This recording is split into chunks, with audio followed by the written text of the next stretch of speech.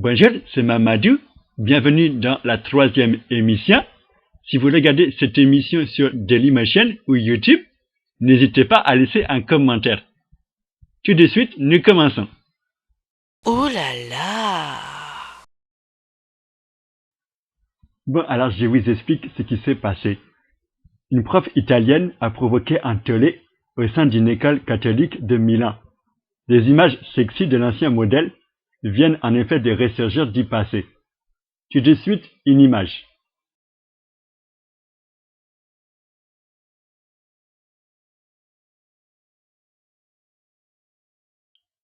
Wesh Mamadou, ça va, mais pour l'instant, je vois rien d'extraordinaire. Attends, je vais t'expliquer. Tout d'abord, elle s'appelle Ileana Taconelli. Et elle avait été modèle dans son enfance et elle a joué dans des séries, tout ça. Et elle a été aussi Miss Abruzzo, c'est une région dans le milieu de l'Italie. Et ensuite, elle a réussi ses études à l'université et elle a même eu un master. Attends, je vais te montrer des photos.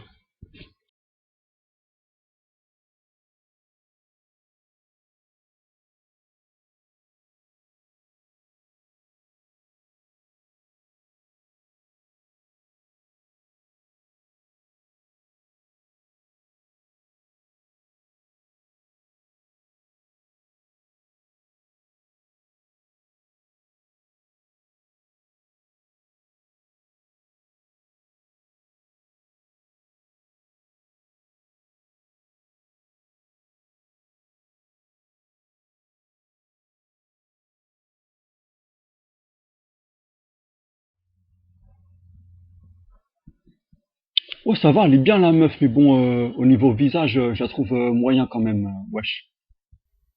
Oui, attends, je t'explique. En fait, aujourd'hui, comme je te l'ai dit, elle est professeure dans une école catholique réputée de Milan. Et elle est tout ce qu'il y a de plus respectable. Mais il y a une maman qui est tombée sur des photos de elle quand elle était jeune, tu vois. Et ça a fait un gros bordel dans l'école parce elle a posé dans des magazines sexy quand elle était jeune, quand elle a eu son titre de Miss et tout ça. Et il y a une maman, elle a trouvé une vidéo de la fille. Dans cette vidéo, tu vois, elle est très dénudée parce qu'elle a joué dans une série, tout ça, et elle était très dénudée. Et la maman, elle s'est mise en colère et elle a été voir le directeur de l'établissement et elle a dit qu'il fallait virer l'enseignante. Et le directeur, il a dit qu'elle faisait un excellent travail, qu'elle avait toutes les qualifications pour le faire. Alors la maman, elle s'est énervée et elle a mis son enfant dans une autre école.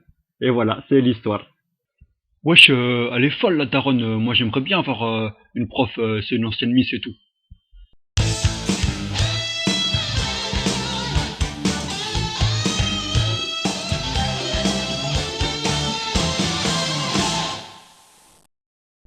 Bonjour, c'est Charles-Édouard. En retransmettant les rencontres du PSG en Europa League, la chaîne W9 a flairé le bon coup.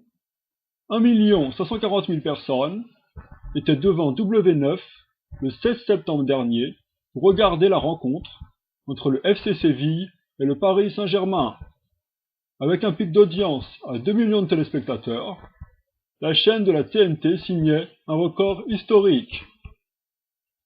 En diffusant la rencontre entre le club de la capitale et le Borussia Dortmund ce jeudi à 19h, la chaîne de la filiale M6 a battu un nouveau record, réalisant sa meilleure audience durant cette tranche horaire. Avec près de 800 000 téléspectateurs, avec un pic à 1,5 million peu avant la fin du match, la chaîne arrive en tête des audiences par rapport aux autres chaînes de la TNT. W9 ne compte pas s'arrêter en si bon chemin avec le PSG. Elle a acquis les droits du match retour entre ces deux équipes qui aura lieu le 4 novembre prochain à 21h. Wesh, Charles-Édouard, moi j'ai regardé le match de foot.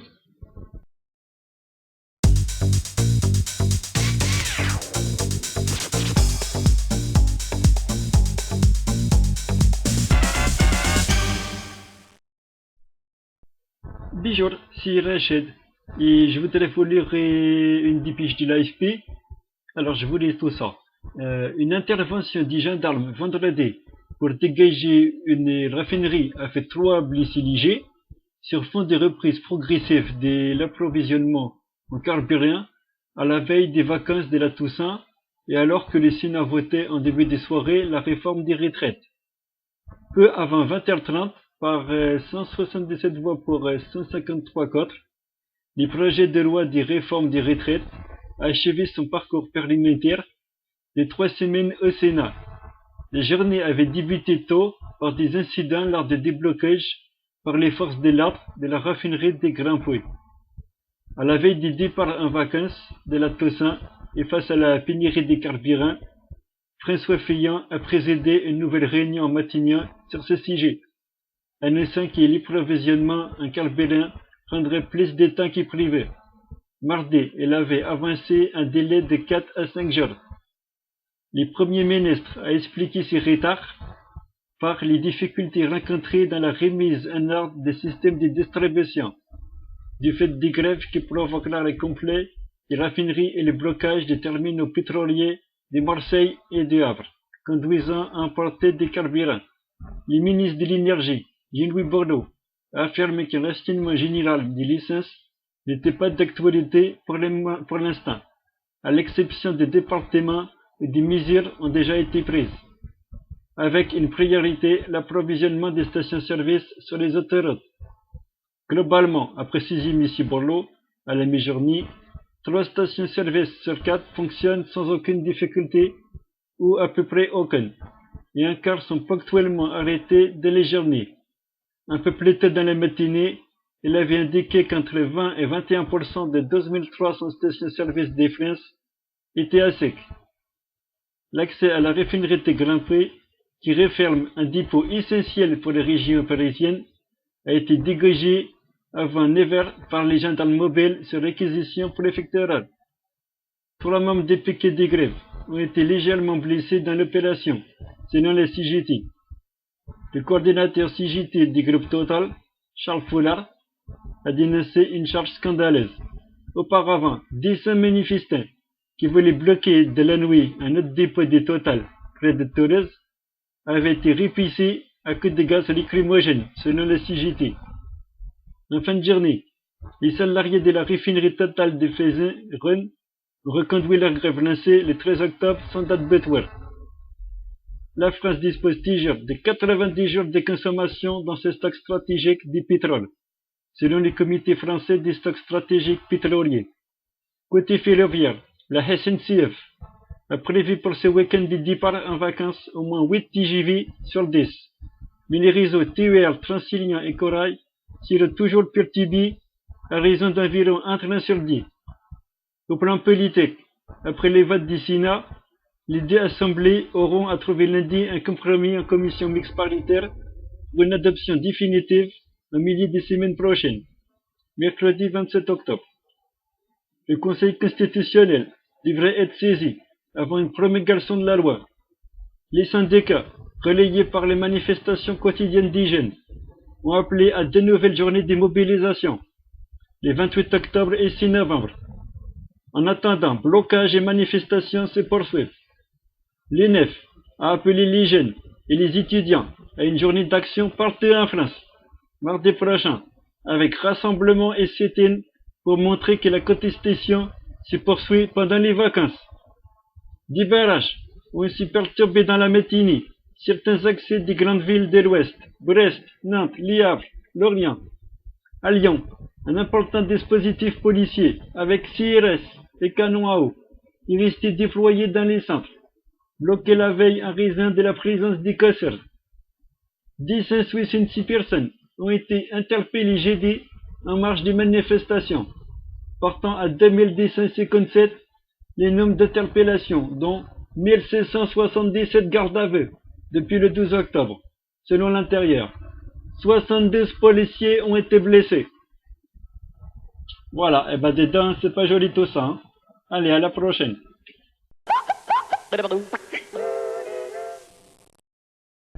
Ouais, c'est Kevin, je vais vous raconter la blague de la semaine. Alors, au restaurant, le serveur demande au client: comment avez-vous trouvé le steak? Et le client répond: tout à fait par hasard, en soulevant une frite. Voilà, c'était la première fan. Et là, je vais vous dire deuxième fan. Donc, c'est une blague de Toto.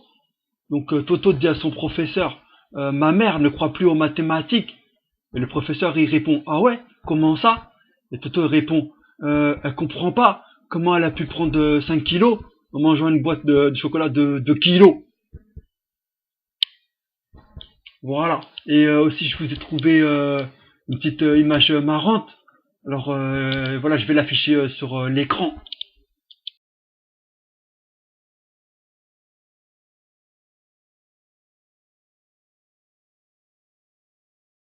Oh là là, Kevin, là, il faut pas montrer ça à la télévision. Moi, je censure, là.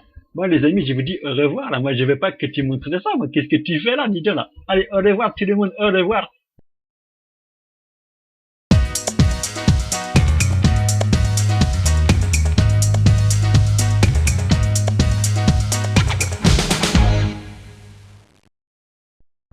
Ouais, les gars, vous inquiétez pas. Avec moi, Mamadou, il a été sympa. Allez, à la prochaine.